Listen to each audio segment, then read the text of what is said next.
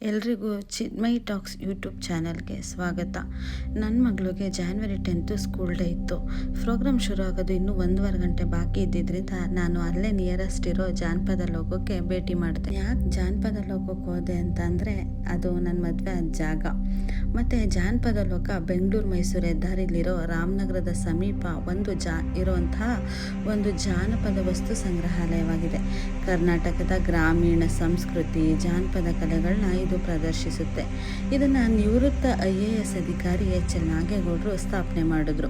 ಇಲ್ಲಿ ಲೋಕಮಹಲ್, ಚಿತ್ರಕೂಟ, ಶಿಲ್ಪಮಾಲಾ, ಬಯಲು ರಂಗಮಂದಿರ ಮುಂತಾದ ವಿಭಾಗಗಳಿದ್ದು 5,000ಕ್ಕೂ ಹೆಚ್ಚು ಕಲಾಕೃತಿಗಳನ್ನ ಜಾನಪದ ಲೋಕ ಹೊಂದಿದೆ. ಇದು ಕರ್ನಾಟಕದ ಜಾನಪದ ಪರಿಷತ್ತಿನ ಅಡಿಯಲ್ಲಿ ಕಾರ್ಯನಿರ್ವಹಿಸ್ತಾ ಇದ್ದು, ಸಾಂಸ್ಕೃತಿಕ ಕಾರ್ಯಕ್ರಮಗಳು, ಶಿಬಿರಗಳು, ತರಬೇತಿಗಳನ್ನ ಇಲ್ಲಿ ಯಾವಾಗಲೂ ಆಯೋಜನೆ ಮಾಡ್ತಾರೆ. ಜಾನಪದ ಲೋಕ ಶುರುವಾಗಿರೋ ಮುಖ್ಯ ಉದ್ದೇಶ ಏನಂದರೆ, ಗ್ರಾಮೀಣ ಜನರ ವೇಷಭೂಷಣಗಳು, ಅವರು ಉಪಯೋಗಿಸ್ತಿರ್ತಕ್ಕಂಥ ವಸ್ತುಗಳು, ಕೃಷಿಗೆ ಸಂಬಂಧಪಟ್ಟ ವಸ್ತುಗಳನ್ನು ಇಲ್ಲಿ ಸಂಗ್ರಹ ಮಾಡಲಾಗಿದೆ.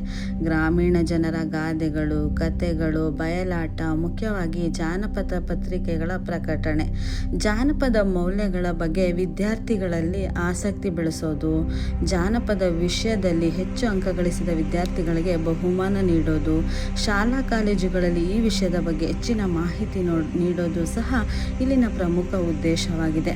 ಜಾನಪದ ಕಲೆಗಳಿಗೆ ಹೆಚ್ಚಿನ ಪ್ರೋತ್ಸಾಹ ನೀಡಬೇಕು ಅಂತಲೇ ಅಲ್ಲಲ್ಲಿ ಜಾನಪದ ಕಲೆಗಳ ಪ್ರದರ್ಶನ ರಾಷ್ಟ್ರೀಯ ಮತ್ತು ಅಂತಾರಾಷ್ಟ್ರೀಯ ಮಟ್ಟದಲ್ಲಿ ಅವಕಾಶಗಳನ್ನ ಇಲ್ಲಿಂದ ಕಲ್ಪಿಸಿಕೊಡಲಾಗುತ್ತೆ. ಹಳ್ಳಿ ಜನರು ಮದುವೆ, ಜಾತ್ರೆ, ತೇರು, ಹಬ್ಬ, ಸಂಪ್ರದಾಯಗಳು, ಅವರ ಜೀವನ ಶೈಲಿಯ ಸಾಕ್ಷ್ಯಚಿತ್ರಗಳ ತಯಾರಿಸುವುದರ ಮೂಲಕ ಇಲ್ಲಿ ಜಾನಪದ ಕಲೆಯನ್ನು ಜೀವಂತವಾಗಿಡಿಸಿದ್ದಾರೆ. ಅಲ್ಲದೆ ಜನಪದ ಸ್ಪರ್ಧೆಗಳು, ಕಲಾಮೇಳಗಳನ್ನು ಕೂಡ ಆಯೋಜಿಸ್ತಾರೆ.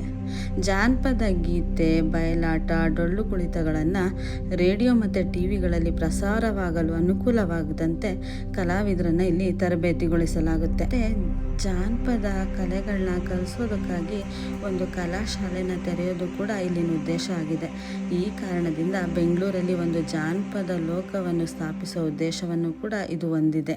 ಇಲ್ಲಿ ತ್ರೈವಾರ್ಷಿಕ ಜಾನಪದ ಯೋಜನೆಗಳನ್ನು ಕೂಡ ಆರಂಭಿಸ್ತಾ ಇದ್ದಾರೆ.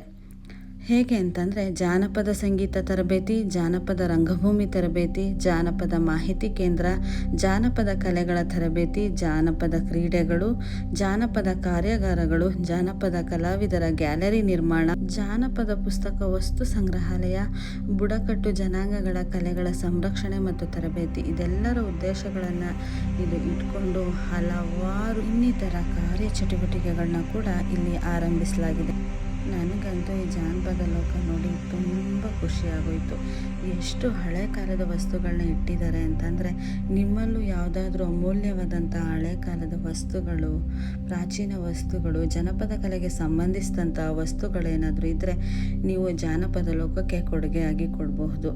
ನಮ್ಮ ಹಿರಿಯರು ಬಿಟ್ಟೋದಂಥ ಹಲವು ವಸ್ತುಗಳನ್ನ ಯಾಕೆ ನಾವು ಮನೇಲಿ ಧೂಳಿಡಿಸಿ ಹಾಳು ಮಾಡಬೇಕಲ್ವಾ? ಅದನ್ನು ಜಾನಪದ ಲೋಕಕ್ಕೆ ಕೊಡೋಣ. ಇನ್ನೊಬ್ಬರು ನೋಡೋರಿಗೂ ಅದು ಸಂತೋಷ ಆಗುತ್ತೆ, ಅದರಿಂದ ಖುಷಿ ಆಗುತ್ತೆ. ನಮ್ಮ ಮುಂದಿನ ಪೀಳಿಗೆಗೆ ಜಾನಪದ ಕಲೆಗಳನ್ನ ತೋರಿಸುವಂತಹ ಒಂದು ಸೃಷ್ಟಿಯನ್ನು ನಾವು ನಿರ್ಮಾಣ ಮಾಡ್ಬೋದು. ಅಲ್ಲಿ ಇದಕ್ಕೆ 100 ರೂಪಾಯಿ ಎಂಟ್ರಿ ಫೀಸ್ ಕೊಟ್ಟು ನಾವು ಹೋಗಿದ್ವಿ.